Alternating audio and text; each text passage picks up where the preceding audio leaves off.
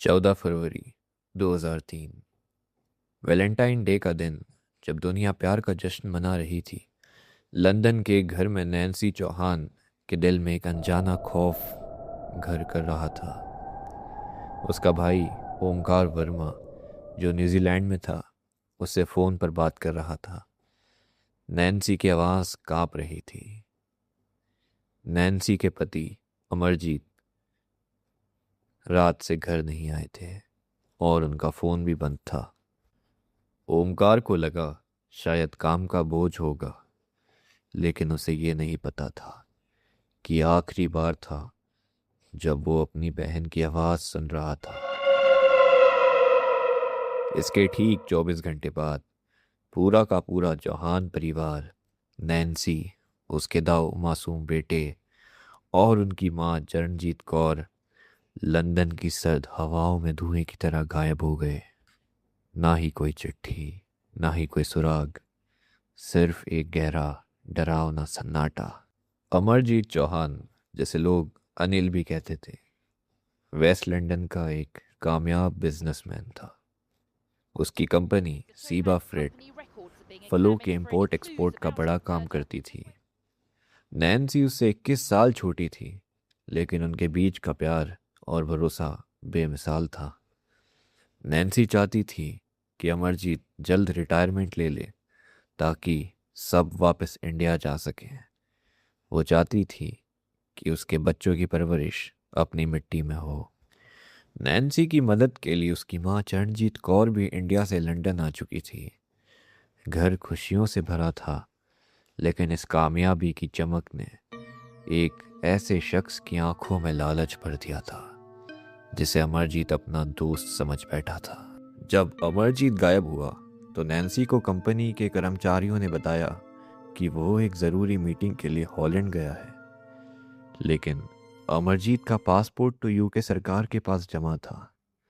फिर वो बिना पासपोर्ट के देश कैसे छोड़ सकता था? तभी नैन्सी के फ़ोन पर एक वॉइस मेल आया। आवाज़ अमरजीत की ही थी, लेकिन वो अंग्रेज़ी में बात कर रहा था। अमरजीत अपनी पत्नी को हमेशा पंजाबी में वॉइस नोट्स भेजता था। नैन्सी को समझ आ गया था कि आवाज़ अमरजीत की ज़रूर है, लेकिन शब्द उसके नहीं है। कोई उसके सिर पर बंदूक तान कर उससे ये कहलवा रहा है। जब ओमकार वर्मा लंदन पहुंचा और पुलिस के साथ अपनी बहन के घर में दाखिल हुआ, तो अंदर का मंजर रूह कंपा देने वाला था। डाइनिंग टेबल पर खाना आधा खाया हुआ पड़ा था। वॉशिंग मशीन में कपड़े धुल रहे थे। फ्रिज में ताज़ा खाना रखा था। बच्चों के खिलौने फर्श पर ऐसे बिखरे थे मानो वो अभी अभी खेल रहे हो। सब कुछ वैसा ही था, सिर्फ वो 5 लोग नहीं थे। माँ चरणजीत कौर की गुरु ग्रंथ साहिब की पावन किताब भी वहीं रखी थी। वो महिला अपनी जान भूल सकती थी, लेकिन अपनी पवित्र किताब कभी पीछे नहीं छोड़ती थी। इसका मतलब साफ था, चौहान परिवार अपनी मर्जी से नहीं गया था। 24 अप्रैल 2003। समंदर में मछली पकड़ रहे एक बाप बेटे को लहरों पर कुछ तैरता हुआ दिखा। जब पास जाकर देखा तो वो एक सड़ी हुई लाश थी। वो लाश थी अमरजीत चौहान की। उसकी हालत देखकर पुलिस के होश उड़ गए थे। उसके मुंह पर टेप लिपटा था। उसके हाथ पैर बेरहमी से बांधे गए थे। उसके सिर पर एक बहुत ही गहरा जख्म था, जैसे किसी भारी हथौड़े से वार किया गया हो। अब पुलिस को समझ आ गया था कि वो किसी गायब हुए परिवार को नहीं, बल्कि एक सीरियल किलर के निशानों को ढूंढ रहे हैं। और सबसे बड़ा सवाल ये था, नैन्सी, उसकी बूढ़ी माँ और वो 2 मासूम बच्चे कहाँ थे?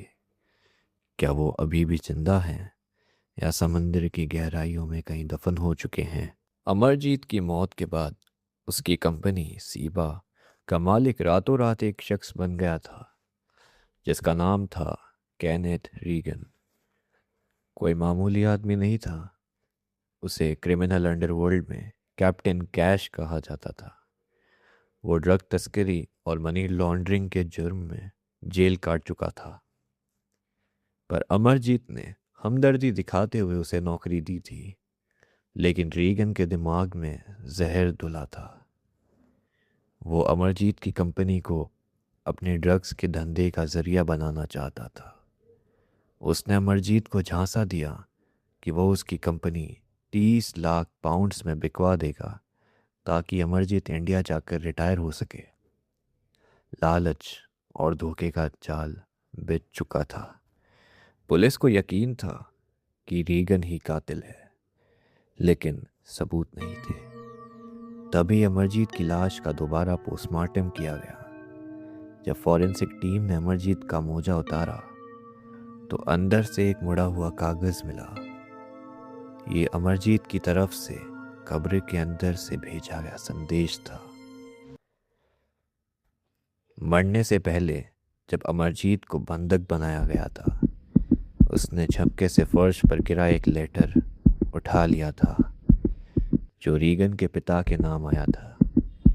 अमरजीत जानता था कि वो नहीं बचेगा, इसलिए उसने वो लेटर अपने मोजे में छिपा लिया ताकि जब भी उसकी लाश मिले पुलिस सीधे कातिल के घर तक पहुंच सके। जुलाई और नवंबर 2003 में नैन्सी और उसकी मां चरणजीत कौर की लाशें भी समुंदर से बरामद हुई। उनकी हालत भी वैसी ही डरावनी थी, लेकिन सबसे बड़ा दर्दनाक सवाल अब भी बाकी था। वो 2 मासूम बच्चे कहाँ थे? पुलिस की थ्योरी के मुताबिक रीगन और उसके 2 साथी विलियम हंसी और पीटर रीस ने नैन्सी और उसकी मां को घर के अंदर ही मौत के घाट उतार दिया था। उन दरिंदों ने उन नन्हे बच्चों देवेंद्र और रविंदर को भी नहीं बख्शा। माना जाता है कि रीगन ने उन बच्चों का गला घोंट दिया था क्योंकि उनकी चीखें उसके लिए खतरा बन सकती थी। उन मासूमों की लाशें आज तक कभी नहीं मिली। शायद समंदर ने उन्हें हमेशा के लिए अपने आगोश में ले लिया। रीगन ने सबूत मिटाने के लिए अपने पूरे घर का फर्नीचर बदल दिया और दीवारों को पेंट करवा दिया, लेकिन एक गवाह बेलिंडा ने पुलिस को बताया कि रीगन उसके खेत में गड्ढा खोद रहा था। जब पुलिस ने वहां खुदाई की तो मिट्टी के अंदर से नैन्सी के झुमके और अमरजीत के बाल मिले। रीगन ने पहले पूरे परिवार को वहां दफन किया था, लेकिन जब उसे पुलिस का डर लगा तो उसने लाशों को खोद कर वापस निकाला और समंदर में फेंक दिया। 2005 केनेथ रीगन और उसके साथी विलियम हंसी को उम्र कैद की सजा सुनाई गई। जज ने रीगन को गोल्ड ब्लडेड मॉन्स्टर कहा। ओमकार वर्मा ने जब अपनी बहन की सड़ी हुई लाश देखी तो वो फूट फूट कर रो पड़ा। चौहान परिवार आज भी एक अधूरा सच है। वो घर जहां कभी बच्चों की किलकारियां गूंजती थी, आज वहां सिर्फ सन्नाटा और मायूसी है। अमरजीत का वो एक छोटा सा फैसला, एक अपराधी पर भरोसा करने का फैसला, पूरे खानदान की तबाही की वजह बन गया।